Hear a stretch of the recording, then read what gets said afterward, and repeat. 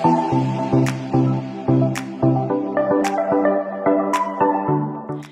mauri o toasele Rave Erasito ngulehene or Nafa Mahapmak, and welcome back to our series. Today I'll be interviewing Eugene and his experiences as a Rotuman in New Zealand. Noa mauri o toasele Eugene whane pepua malha ma Lomaviti ma Lotoka.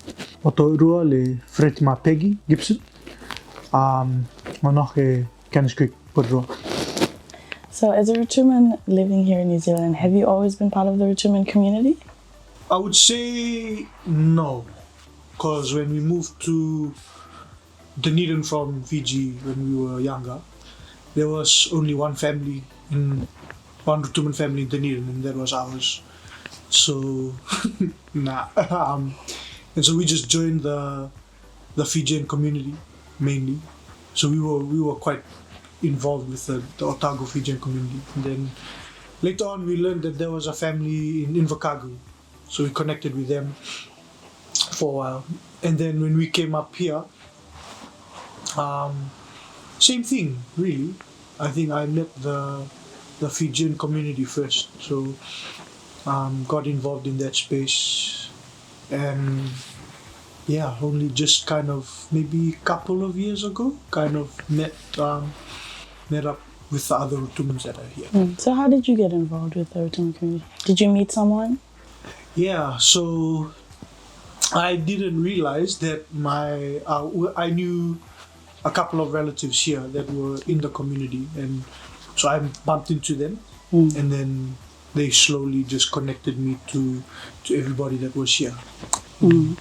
Found out we knew quite a few people. So since being here, what's been a highlight for you being in the Rotuman community? I think it is just being around more Rotumans again. It's different in terms of you just for so long, like I said earlier, like there wasn't always many Rotumans around, so that was kind of the norm for us.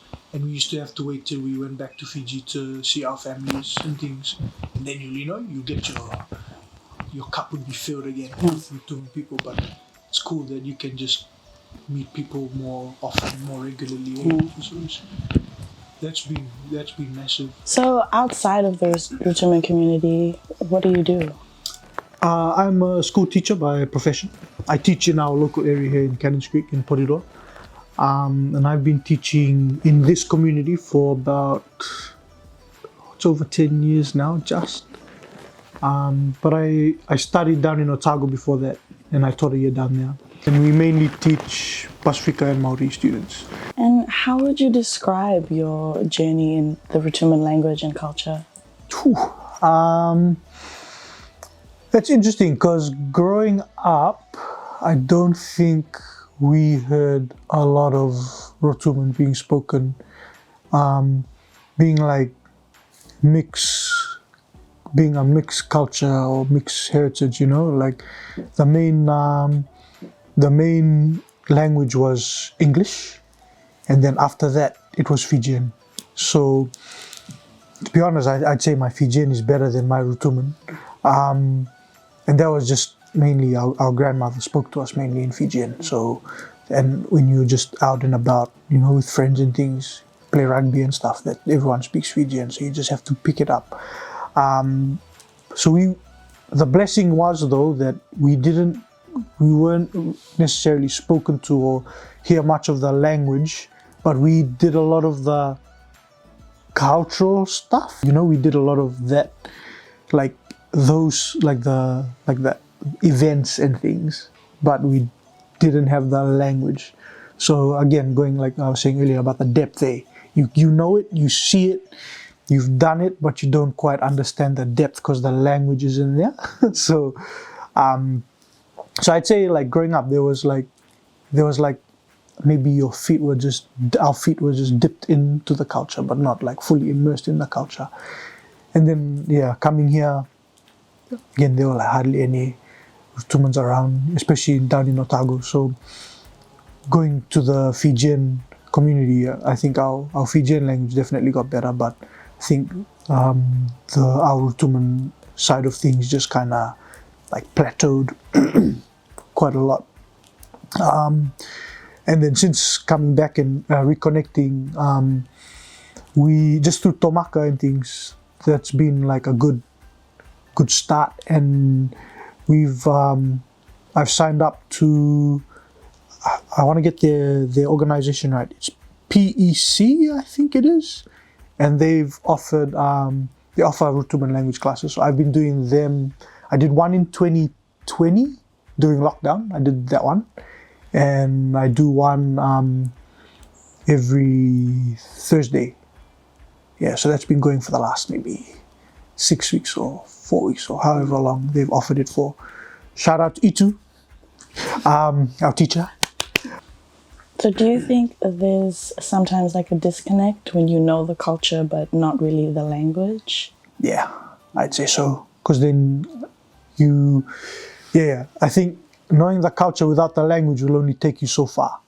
I think like to really get into the intricacies of the Rotuman culture, you need to be able to speak the language, because then you get all those hidden gems, like the little mindsets and the messages or the meanings behind certain things and why they're done. Well, what are some challenges you face as a Rotuman in New Zealand? Like I think about when we came from Fiji to New Zealand, the first disconnect was like there's none of us around, and then the second one was people just had no idea about where that was. And I think for teenagers that can be tricky. I think like after a certain amount of time where you're always having to explain and people just don't know, that can get a bit tiresome.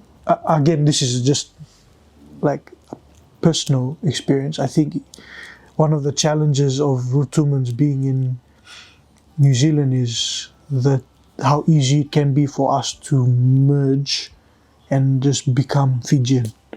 It's, where are you from? I'm from Fiji.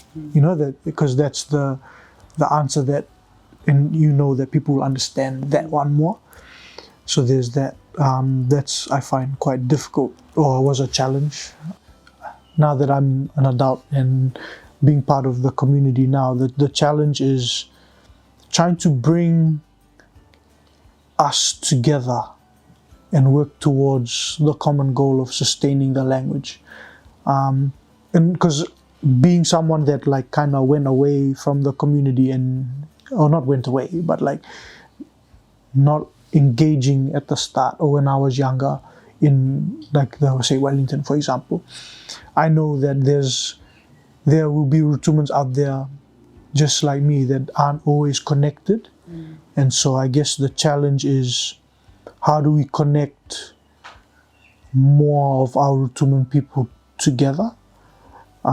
Because once they're brought into the village, then the culture can be sustained for people at the grassroots level as well. Like I think it's awesome that we are creating content and things, because that's top down. We're kind of pushing things top down. So I guess the next challenge would be, how do we also work from the ground up, if that makes sense? Like finding those that are the Rotumans that are around, say just in Wellington, for example, and reaching out to them, connecting with them and encouraging them to come and join our community space. So can you talk about your journey to becoming a teacher? Summarize it. What made me choose teaching? High school. I think it started there. I found high school really hard, like learning wise. Part of it was because me too, and sometimes never listen in class, but also like I just genuinely found some things really difficult and I didn't really understand. And it got to the stage where I had failed a couple of years at school, and university was coming up, and I quickly realized I didn't have the qualifications to get in. And and so the pressure came from home as well, where it's you either get yourself into uni or so but in there were some teachers that took the extra time to help me catch up on things and make sure that I got enough credits and qualifications papers wise to go into uni. And I guess I kind of never forgot that you know, it was on the back of some amazing teachers that were willing to put the time in, which helped, you know, like open a door that could like set me up to be better. And so I think that was the way I got in, and that kind of drives what I do now. It's kind of a sense of making sure that I pay back what was given to me. And I think like that ties into being a Rotuman living in New Zealand as well. Like I feel like that was something that was always very strong in our house, where it's like if you've migrated here, you are someone that got given an opportunity, and so you need to grasp that opportunity and then, you know, repay and help others that might need it, or help our family in some way or in some shape or form. Any advice you want to give to the young Rotumans listening? One of the things that has helped me, that I always try and offer to people, is I think it's important, it's like say to younger people, to always see or always try and dream or think about what the next chapter in your season will look like. You know, like life is seasons, right? And the season you're in at the moment won't always be as is. So it's important you try and picture what you want in your next season, and you put systems or things in place or people in place that can help you reach that season. So once you know what you want your next chapter in life to look like, it's important to try and meet people, see people that walk out or live that next season that you're looking for, and learn off them. And how I see that, like that broken down in its simplest form, is culture, right? Like we learn from elders because the elders are in the next season of life, and when we step into those shoes, we carry that responsibility that comes later. Well, thank you so much for joining us today and for your words of advice. And thank you everyone for joining in. And I hope you learned something today. Thanks, yeah.